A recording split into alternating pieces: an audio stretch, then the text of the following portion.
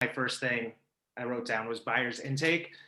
So I think that's crucial. You have to set the expectations. So I would say what I'm doing differently is being brutally honest with everybody, really setting that expectation of what to expect. Because I think a lot of people, if they're first time home buyers or they haven't, purchased a home in quite some time, they hear a little bit, but they don't really, it doesn't register maybe to the extent it needs to. So I think that's so important, is that first initial meeting to really let them know, throughout the process, what to expect. Also to really understand their financing. So, I love when a Sean Hadley pre-approval comes across. I know they're solid and I can count on that. But if I don't know the lender, if they already come with the pre-approval, I'm calling the lender to really understand, have that conversation, and see if I can partner with them. When it gets to the point of offering, if I can partner with them to make them look as attractive as possible. That's very similar with me. I try to persuade them and delicately to work with a local lender. Somebody that I have a rapport with, a local lender. I mean, Sean's great. Oh, sorry guys. Sorry about that. That, if Sean's got it underwritten, you can kind of tell them it's pre-underwritten, it's ready to go. But you got to kind of tell your buyers how important that is from the beginning. And a lot of times they don't get it. And then after they lose once or twice, they finally come to terms. I don't really have buyer consultations anymore. It's all about what to expect with the market. And I'm finding that people are kind of coming in now knowing they're seeing it for themselves in an hour something goes pending. So it's not as drastic of a conversation because they already seem to know. It's been nice because I feel like a lot of the buyers that are coming in are very educated right off the bat, and they're willing to do whatever I tell them. It's pretty nice. Well, that's awesome. And it kind of you jumped a little bit ahead to my next question, which is great, which is, how are you leveraging partners to strengthen this? And it sounds like relationships with the lender, getting that established on the front end is really powerful when it comes time to make a deal happen. Number one, for sure. That's huge. And like Jenny said, if I can at least get them with a local lender, I mean, not to disparage the Quickens and the PNCs of the world, but I like to try to be as transparent as possible of how certain pre-approvals might be viewed on the opposite side. Where obviously telling them it's their choice, whoever they want to work with, but I think that. And the script that I have with these local or these branch banks, I'm like, those are for ATM machines. Like those are not, that's where you got your money out of an ATM. You don't get a home loan from that. And, but I always respect them. I'm not like unkind about it. I just kind of tell them my experiences. And I think that another thing that I'll tell my buyers too is, at least get my local lenders, pre-approval, and then you have 5 days to pick whoever you want. If you choose you want to work with Chase or KeyBank, I don't recommend it, but you absolutely have that opportunity. But we need to learn how to win first. So right. Yeah. And I think it's that reframing of we're not here to pick lenders, we're here to win deals, right? We're here to get you a home. Great. So let's talk about it was a crazy phenomenon last summer when it started to be every house had to go for above asking price. And it feels as though in a lot of ways, like we've just lived with it for 9 months now, and we're almost to the point of being numb to it. But okay, so your clients may be coming in with that, but how are we calibrating? How are you making a good estimate on what it's going to take and resetting the base price for your clients? Do you want me to start? Sure. So I basically, once again, buyers seem to be extremely aware of what's going on. But how I present it is I say, that is the starting price. That is not the list price. That's the starting price. So we're almost in an auction setting right now. Like who can bid the highest? And some people can't bid the highest, but we can give it our full shot. But that's just kind of how I do it. It's not the list price is the starting price. I pretty much keep it like that. Yeah. Yeah, I think that's, when I'm talking to clients, if it's a new listing, it's first week, 2 weeks on the market, I'm pretty much just telling them like, you are at least going to pay asking price, most likely, especially if it gets multiple offers, you're going over. Then of course they ask, well, how far over? And I say, well, that's like the $1 million question, right? I wish I knew that. I do pull a lot on like anecdotes. My wife tells me I say that word wrong, so hopefully I said it correctly. From past, if it's in an area where I've sold a house recently and I can give that experience of like, listen, this is what happened. This was my client's experience. This is kind of what we see. I'm huge on if we can be the first one in to see a house and I can get them an offer. I'm literally, if they want it, calling the agent from the house, seeing if they have offers, how quickly can the seller respond to an offer? Because a lot of times if I can just tell my client, like, listen, if you love it and we can write an offer 1,000, 2,000, 5,000 over asking and put a deadline on it, if we can get anybody to go for that, a lot of times that might save them in the long run and save them the competition. Obviously that's becoming more and more challenging. But if it gets into multiples, then from there, it's kind of like, we really don't know. I'm sure you'll ask these questions later, but that's when we can get into different, do we just go with the highest and best? Do we go with an escalation clause, et cetera, et cetera? Yeah. Yeah, that's I mean, having the client ready to write, 20 minutes after they're inside the door is, that there's a huge advantage to that. Let's talk about what you mentioned was that escalation clause, right? Now that's something that it's in the library of forms. It's something that some people love and some people stay away from. How are you guys leveraging that, or are you just trying to punch well above your weight and not need it? Like what's the use of that? So I always say it's not doesn't always work. I think I always explain it in the buyer's intake or whenever on that first as a tool in the tool belt, so to speak. If we are considering using it, I always call the agent first to make sure, first off, the agent knows what it is, can properly explain it to their client. At this point, most people understand what they are, but some agents seem to be very adverse to them. They don't like them. I had one client tell me one time, send me back your client's highest and best. I said, this is our highest and best. It's an escalation clause, but they were like, no, that's not fair. And I was like, well, I think it's fair to your client, if it gets them the best price. But anyways, I'm not going to fight that battle against the agent if they don't like them. So what I like about it is that I can explain, sometimes a client doesn't want to jump 50,000, 40,000, whatever it is over asking. But if they can do the escalation clause and they say, well, if I absolutely had to, I'd go to that price. It allows them that opportunity, but it's not always the best option. Sometimes the best option is just jumping right off the bat to the highest. And that always kind of depends too on how much they're willing to go over.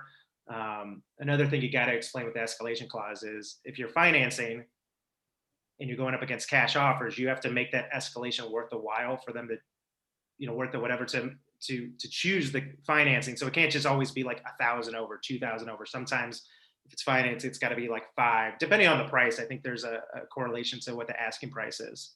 Mm-hmm. I do not use escalation clauses. I mean, I might mention them, but I usually tell my buyers, if you want to win, we got to go all the way. Like you just can't. I did use them a few years ago, but the last couple of years. And another reason why I don't use them is I've been told by 3 different agents that I've won with, they have told me it's because we did not use the escalation clause. That the sellers thought that we were serious enough that we didn't use those. We just went right in 3 times. With some of the top agents told me that that's why they picked us. So I just really don't. I mean, I mention it because I feel it's my responsibility to mention the escalation clause to my buyers, but I typically advise that we should just go right in, because it is very confusing. Listing agents don't get it. Well, not all of them, but a lot of them, they just don't get it. They just really, and I was in multiple offers recently and, on my own listing, and the particular escalation clause, it was a bit confusing. We didn't go with it. We picked the one that went all the way through, we didn't even hem-haw around, just, I think there's definitely good and bad parts to it. I had a listing recently where there was an escalation clause. I think our asking price was like 169. There was an escalation up to 200, but basically 20 grand of it wasn't useful because of where the next highest offer came in at. So if you're using it, I think I've had success with it in certain opportunities, but you got to really know how to use it. You got to make sure the listing agent's on board, and you got to explain to your client that, like, just because it gives you the highest number doesn't mean you're necessarily going to win the bid. Yeah. Yeah. I like the way you described it, Mike, as a tool in your tool belt, and I think you're both right. And this we'll tie back to this in just a few minutes. But like the knowing who's on receive, right? Who that listing agent is, and do they know how it works? Do they know? Will they be able to explain to their client, on the sell side, can be the difference between whether or not it's effective, right? Some of the time, and just ensuring that it gets its fair play for the sellers. Because if it comes through and it's confusing and I don't know how to explain it, I'm just like, well, it's not a very good offer. So you kind of just mentioned something, Mike, that I think is like maybe, if not the most important one, if not the most important, definitely one of the most important things in winning multiples is conversation, communication, relationship with the other agents. If you're not calling and having a conversation and explaining your offer, I've been a buyer's agent until recently. I just started listing properties a few months ago, and I'm just amazed. I had like 10 offers on one of my listings recently, and only 2 agents called me. Right. I think that's such a, detriment to your clients if you're not having that. Like, the first thing I'm doing is calling the agent and I'm asking them, what's important to your seller? Earmuffs for a GM title, but what's your preferred title company? If that helps us and my client doesn't care, what are these different, what's important time frame, this, that, and the other. And then honestly, just showing the other agent that, like, you're persistent, you're going to get the job done. You're a rock star agent that they can trust, knows what they're doing. I think that's so important. 100%. Yeah, I mean, is there anything specifically that, I mean, I think you gave some great specifics there, Jenny. Anything that you're doing, if you're working the same market and you're running into the same people, I mean, anything that's yielding not preferential treatment, but just recognition that, hey, you're bringing serious buyers, you're bringing serious offers, and that you're willing to work to get deals done. So is this like if I were talking to the listing agent? Yeah, like your relationship. Oh yeah, that is probably 75% of what's important. If you had, okay, for example, I had a showing at 8:30 this morning. I called the agent at 6 o'clock. It went on the market yesterday at like noon. We couldn't get in. It was already booked. So we went at 8:30 this morning. I was on the road all day. So I did call the agent at 6 o'clock last night because I didn't want him to sell it before and I was driving a while. I didn't want to have to drive and get somewhere at 8:30 and make it be gone. But that was part of the reason. But anyway, I called and left him a message, and then I didn't want to bother him. I don't want to overwhelm the agent, but I definitely want to make my mark. So then this morning I'm getting ready to leave, and I went through showing time. I sent him a message. So now I'm making contact with him, but I'm not annoying him. I'm trying to, not text him at 7:30 in the morning, but I sent him a message through showing time. And then fortunately we got locked out. We couldn't get in. Something was wrong. So, which sounds terrible, but it actually worked out because I got to talk to the agent today, and I showed how competent I am, that I could get into the house, even though there was no key, whatever. But anyway, just making sure that I'm getting in touch with that agent but not being annoying, not being aggressive, trying to be charming. And I texted him when we left. I took a photo of and this was Morgan Curtis that taught me this, but I took a photo of them in front of the house, and I sent a picture to the agent, said they really love it. You will be getting an offer today. I want to make sure they're pre-approved with my local lender. And at some point with the cover letter, I will be mentioning that I am a full-time agent on an amazing team. I will be putting the listing agent's name on that cover letter. That way the listing agent, I know, will show it to their buyer because I just wrote their name on it, saying great things about them, So, I mean, there's just so many little things that I try to do to just make myself, the listing agent's going to know who I am, even if they don't accept my offer. Right. So, one thing I learned recently, and I'm sorry to take over with it, but this is the most important part for me.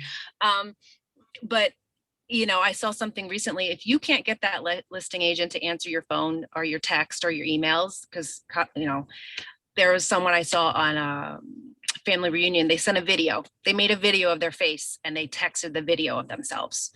So I haven't done that yet, but I think that's really great advice.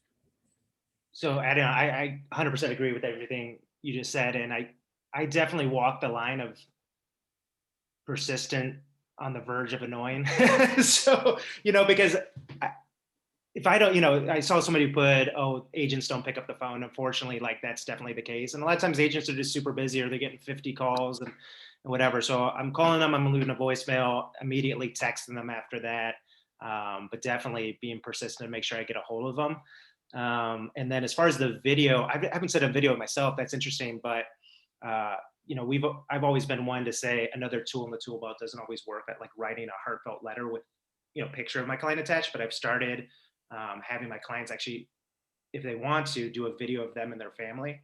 And that recently is one of some bids. I had one awesome clients that were buying out in Aurora or Twinsburg, and it was them and like their 2 little kids, and it definitely like helped. I don't know if it was the reason we got it. They claim it had a big part, but I thought that was just kind of like taking that letter idea to the next level. Yeah. I mean, Yeah, I think that the takeaway there is that, I mean, the nuts and bolts of the contract, right? That now we're going to get into that next about, okay, how do I dial in terms and conditions? What's the seller really want? But I mean, just like it is with our clients, right? Is relationships first. And so even if, and I bet both of you would affirm this, even if you don't win in that one, right?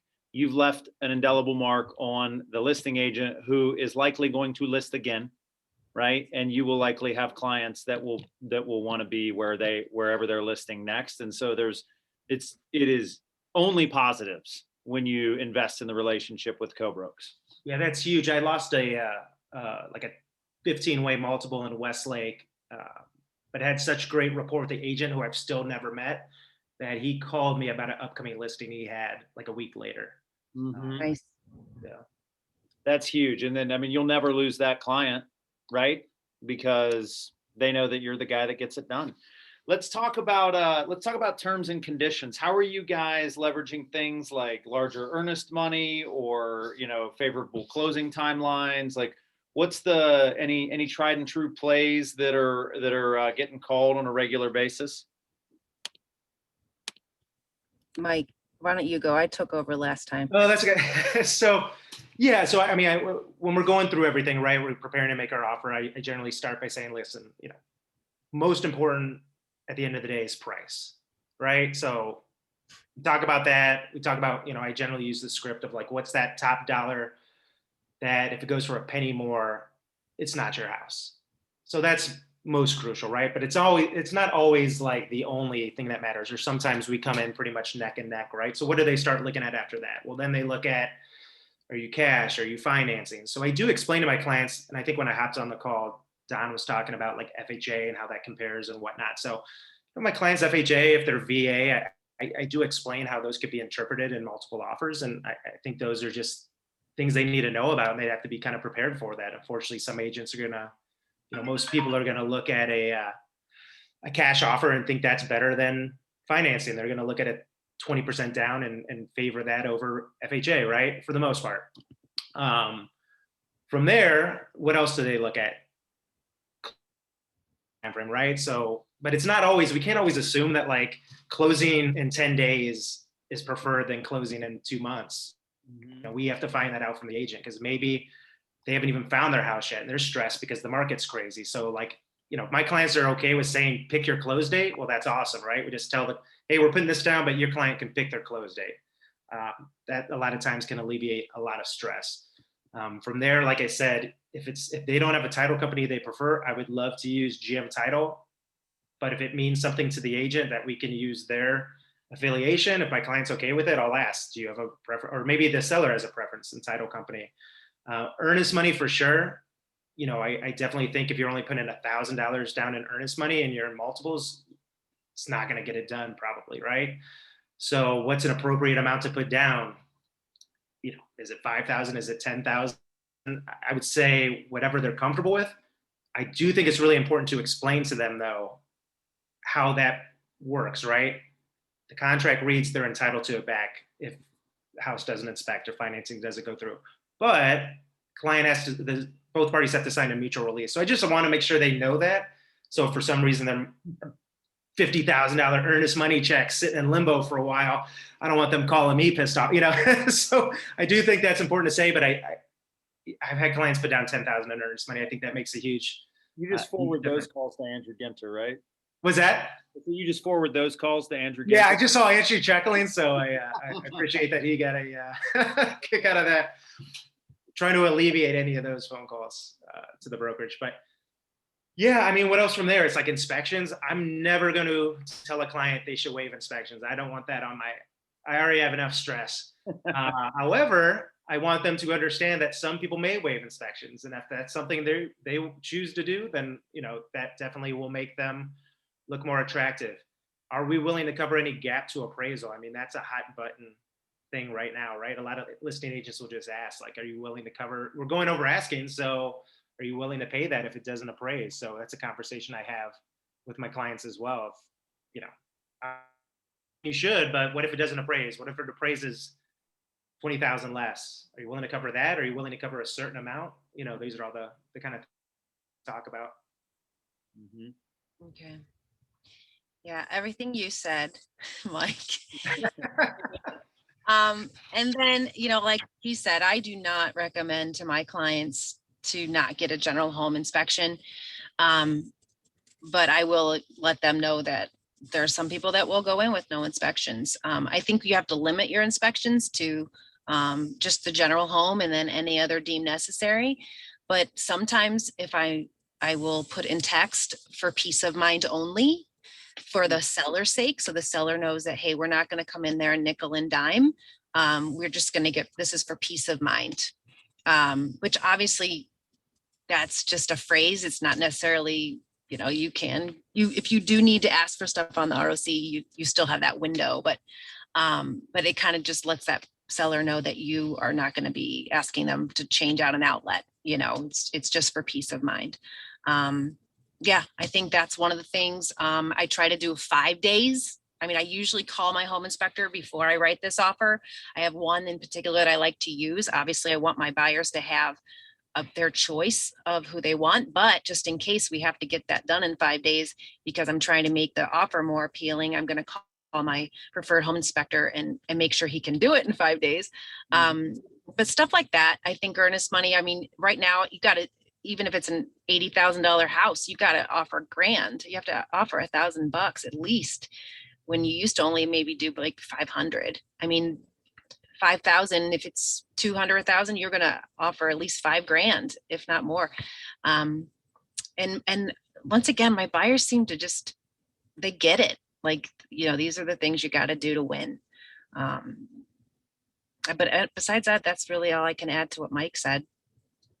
Yeah, that's great. And so if I'm just recapping some of those takeaways, again, we're going back to making sure your clients understand everything that they are doing, right? How does earnest money work? What does that mean? You know, how will it unfold? The conversation around what inspection does and doesn't mean, and how they can still get an inspection and maybe leverage it to be less stressful for the seller. And then finally, like, understanding what the seller really wants. Like if I'm taking the biggest takeaway there that Mike said is like a 10-day close might be terrifying to a seller, and a 60-day close might be what they want. And you'd never know if you don't get into the conversation around what's important to the person that's selling the home. And then before I got a quick just kind of thing to add to this, I think is important is I've learned to be much more directive since becoming an agent. That was definitely not part of my personality. And I think that's important. You have to be directive with your client. You can't be nervous about telling them what you think it might take to win, even though sometimes these seem like, or telling them how quickly they have to decide. I think that's important. But I also like to tell my clients that my job is to give you all the information. right? It's laid out there for you so that you can make the best decision for you and your family. But at the end of the day, I'm not telling you what to do. It's your decision. You're the captain of the ship, so to speak, right? So like, I'm gonna put it all out there, but I think it is important because sometimes I think if you're just like, you got to do this and you got to do this and you got to do this, it's like it almost seems like a little aggressive, a little salesy. So I want to make sure they know like this is the info. What you decide to do with it, I fully support you. Excellent, excellent. I want to respond before we bring this all together. I want to respond to a couple things that are in the chat, and I know Cindy just put it in there.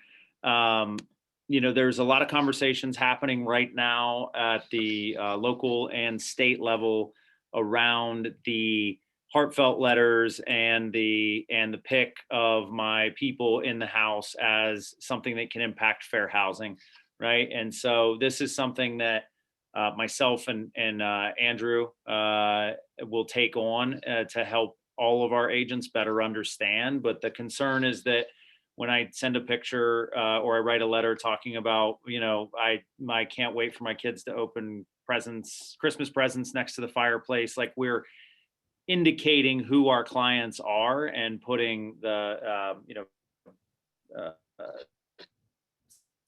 situation that fair housing laws could be violated. So I think we need to understand, all of us need to understand that better. And that starts with myself and Andrew and being able to provide that to you all. So we will make sure that gets added to a meeting this month. But I know it's been something just as of this year or the last few months at least that has come up. And so local boards are reacting to it in different ways. But Cindy's indicating that it may be something that's happened at the Ohio level at this point. So we'll get more information on that, but probably a good thing to tread lightly around in the meantime. And we'll make sure that we'll make everybody smarter on that. All right. So as we wrap this up and bring it home, what is your one piece of advice, right? I've lost in multiples 5 times in the last 5 weekends. Like, what do I got to do to bring the heat and get it done for my clients? What are your recommendations? What's the one thing?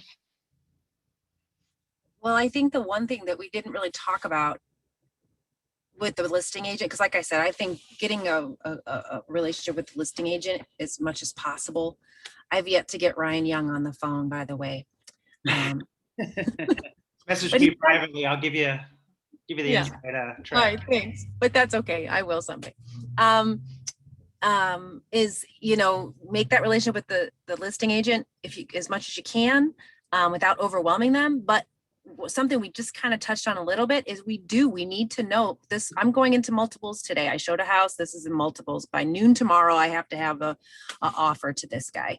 And I said, so how can I make this appealing to your sellers? I mean, we do have to ask that question. We kind of touched on that a little bit, but and he told me he liked the title company that they like. He told me what the best possession day would be. I mean, you do need to know that when you write that offer, if you can get it.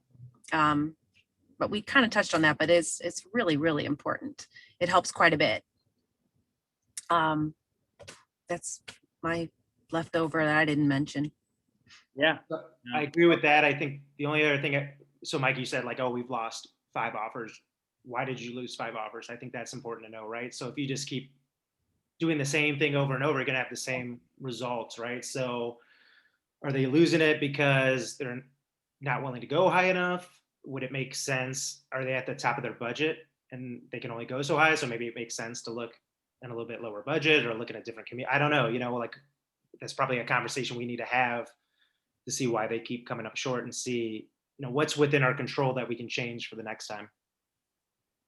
One thing too is, and Sean might be able to help with this is, when they do come to you with that FHA or VA pre-approval, I mean, it's unfortunate. It's very sad to say, but it is kind of a disadvantage in this market. I mean, people want cash or conventional. And sometimes I found that my buyers are only maybe $1,000 from having more money in their savings account from being conventional. So if we are losing, and that seems to be because of the FHA or VA, I'll have them go back to the lender and say, what can I do to get to a conventional pre-approval?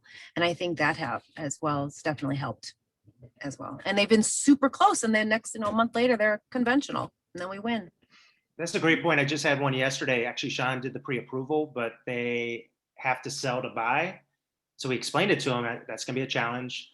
And so they made the decision to get a co-signer so they could put in an offer without having a house sale contingency, because the house sale contingency obviously is, Deal breaker, yeah. Yeah, that's fantastic. In terms of creating options for your client, right? Just like we would always recommend a few inspectors and a few of this and a few of that, but creating the scenario, like helping them understand the scenarios, right? Because 3% down or, whatever I can do for my FHA sounds really good until the fact that it's, not a attractive offer, or, hey, I've got these great partners. Let's figure out how we can bend the map a little bit from a lending standpoint to get you what you want. So partnership with the people on your team and on the other team sound like they're really important. There were a couple questions in the chat box, and I want to be respectful of both of your time since we are a little bit over, but I would love to just throw a couple things to you and kind of get your reactions, if that's all right. Sure. Okay. So I think we touched on this a little bit, Mike, you did, but can you help us with a little bit with the script? You're getting ready to write the offer. You got to go over, over asking your big earnest money deposit. How are you helping the client, and whether it's their understanding or not, like how are you helping them feel comfortable that like this is what they need to do and that they're not, this isn't overkill, right? Like any scripts or any things that you draw on to help put their mind at ease. There has to be some angst about, not needing to do what I'm doing right now. Yeah, I think that's why it's so important for me that it starts at the beginning. You have to set, because if you're not having these conversations about all the different things we'll be looking at when you're making an offer at the beginning, it's going to be insanely overwhelming for them. If you're literally going into a house and they have to decide in a 15-minute window if they want to offer, and then you're hitting them with, you should go higher earnest money, you should do this, gap to appraisal, blah, blah, blah. Yeah, you're gonna freak them out, right? So you have to start that at the beginning. And then sometimes they're not going to feel comfortable with it, right? And if they don't, then they should not over leverage themselves. I think that's like super important, is like people have to make decisions they feel comfortable with, right? So our job, again, I think personally, is to explain to them all the different, and then from there they make the decision of what they're, because I never want somebody to make a decision knee jerk that's going to over leverage themselves, and then a week into the, and I've had that happen, a week into the transaction, all of a sudden they're like, oh crap, what did I do? Because they got whipped into such a frenzy, right? So again, that's why I think it's important you have that conversation early on, so that when the time comes to write the offer, they've already thought through it all and they feel good about it. Yeah, I think buyer's remorse is extremely valid right now. I mean, if we, when you keep seeing those listings pop back on the market, it's because usually they've had cold feet. You're 100% right, Mike. I mean, you got to set the precedent from the very beginning. And as far as like when they're over asking, 15, 20 grand, I mean, you can say things to them, but you can't guarantee, but you can say, well, it does have to appraise. And if it doesn't appraise, then we will renegotiate that price. But I'm not saying that the seller will come down. I'll give them like what could happen, what's the future. No guarantees. I can't guarantee anything, but we do have some leverage there when the appraisal comes back under the amount that it's gonna probably appraise for. So, it's a crazy market. Understatement of the year, Jenny. I had a question come through in text. Are you ever backing your client down, like where they want to just, they want to drop the hammer and go 50 over, and you're like, hey, I don't, for that buyer remorse region, or if they're asking you, like, would you pay this much for this house? Like, how are you navigating that? Pure honesty. I mean, yeah, this is what it is. I mean, they're seeing it for themselves. I mean, they're hearing it from their friends. I mean, it's just insane. I think $50,000 over. I've had people on my team do that, and they didn't win. So, I mean, I always just try to, because I don't want to have to, I don't want them backing out after a couple of days with buyer's remorse. So I am kind of the Debbie Downer. I'll be like, well, if we do that, you risk this and you risk that and you risk this. I mean, you just got to be super honest, because they do get kind of out of control and desperate and want to do whatever they can to win. But I always I do have to kind of bring them back in. I mean, I'll write whatever you want. I say that, but this is what could happen. So Yeah, I think being honest is super crucial. So I'll have clients ask me like, do you think I'm overpaying? yeah. I really kind of tell them like, I can't really answer that question for you. Do I think that the market, is high currently? Like it is. I'm not gonna lie to you. Yeah, definitely this house is gonna sell for more today than it would have 2 years ago. So I say you have to feel good about your decision is what I think on it is, if you're gonna be there for 20, 30 years and you feel like you're paying a premium right now, maybe you're okay with that. If you're only going to be there for 2, 3 years, I think it's something you should think about. I don't know what the market's going to be like in 2 to 3 years. So I find that clients really appreciate that, that kind of like honesty and transparency personally. And the silver lining too is if you're paying, or you're probably paying more right now, but the interest rates are under 3%. Like, so which is it going to be? Are you going to pay less in 2 years, but then have an interest rate of 5? I don't know what it's going to be, but it does there is a bit of a wash there. Right. Yeah. Excellent. Last one, you got any tips on bringing this bringing this piece to the FSBO? I think we've got a lot of people still building businesses off FSBOs, and there's a lot of good there's a lot of cocky FSBOs out there right now given the market. But anything you guys are doing to win with maybe somebody not on the not on the listing side, or just to build that relationship and really run the same traps, or what are you doing? I've sold a few for sale by owners, and I think it's like anything else, just kind of set the expectations. I'll tell people, obviously, if you see it for sale by owner, reach out to me. I'll contact the owner directly, because we obviously have to have the conversation to make sure they're even willing to compensate a buyer's agent, right, and get that in writing. So that's huge. You don't want to show the house and not have that figured out, and then they're not willing to pay for your services, and then you got to go to your client and say, oh, they're not going to pay me. Are you willing? So you have to make sure that's all worked out in advance. I think that kind of goes without saying. I've never been in a multiple for sale by owner. It's been a year or so since I've sold one, but what I've seen with for sale by owners is that some have been fine. Those are usually the ones that'll put on Zillow, willing to pay buyer's agent. And I know, okay, these guys are probably okay. Some have been horrible. They obviously don't really get how it works. And that's, they're not an agent. And, so, I just kind of say like, hey, it's one of those things I'm more than happy to explore for you. It's just a proceed with caution. Generally, I find that there can be sometimes challenging, but other times they're fine. So I don't know that I have any amazing advice for winning a for sale by owner, but I just try to explain how the process could go. Mm-hmm. I don't, anytime you have a for sale by owner, I'm like, oh no. But I call them, and I found, and recently I had an owner say to me, you're the first agent that called and didn't talk about your commission as soon as we started the conversation. And that's kind of what I do. I try to turn on the charm. I want to be a helpful agent. I always come in saying I have these wonderful pre-approved conventional buyers that are up and ready to go, easy, smooth close if you're willing to let us come see it, and I don't really mention the commission until, I absolutely have to. I guess I'm a wimp, because I don't want to lose the home for my buyers, but I think that I'm going to be able to leverage getting a commission without my buyers having to pay for it. I haven't had that problem. I've done quite a few for sale by owners. Not recently. I've shown a lot lately, but they're always way overpriced. Yeah. I mean, the whole market is, but at least when we listed, it's usually where it should be, but they're like already 25, 30 grand over. In my experience that I've been having, they're really over. Yeah. So.